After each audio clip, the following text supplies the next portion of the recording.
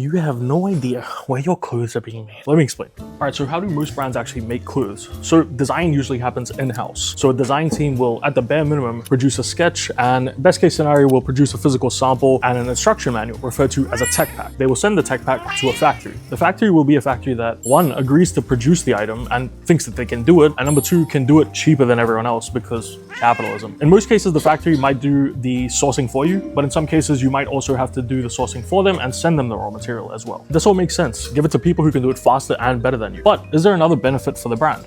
Yes. It's called a total lack of accountability. Most of the time, the design team's not going to know the conditions or the mill or anything about how the product is actually being made. And if it ever does crop up to be an ethical issue later, they can simply say, we did not know. The garment then comes back to the brand with a made in XYZ tag. But what if you use a little legal loophole and create a substantial transformation at your studio, such as adding labels or adding buttons? Congratulations. You can now say it is made in your country. After that, it's simply a matter of photograph, package, market, and distribute the product. And I know the brand owners in the comments are about to start typing, it's not that simple. But guess what, dumbass? First, you need the clothes. And regardless of how simple or hard it is, the fact is that you did not make the clothes. And in fact, you take little to no responsibility for how they were made, and you use a murky supply chain and legal loopholes to your advantage. But to be clear, not all the blame lies with brands. Some of the fault is yours, the consumer. Because your incessant need for newness and also low prices or value, as you put it, is the reason that brands act this way sometimes. If the consumer stood on business and said that they wanted clear supply chains and proof of working conditions, the brands would be forced to comply because they want to make money. Capitalism, low-key kind of simple, dog. But we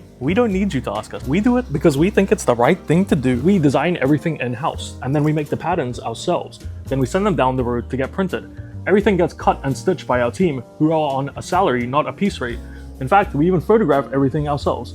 There is no actual legal loophole for us to exploit saying that the product was made elsewhere because it has not even left the studio until it is picked up by the courier company to send it to you. We aren't alone. A lot of brands make clothes themselves. Hell, even some fast fashion companies have their own factories, so technically they're not actually outsourcing. But here's some numbers. Depending on which report you read, around 90 billion garments are produced per year, and around 85% of them are produced in a manner that involves outsourcing. And here's one last number. At full capacity, our little studio can produce around 2,700 garments per year. So what that means is if every follower today was to buy something, it would take us 20 years to fulfill those orders. We're not saying buy it from us. We're just saying do your research.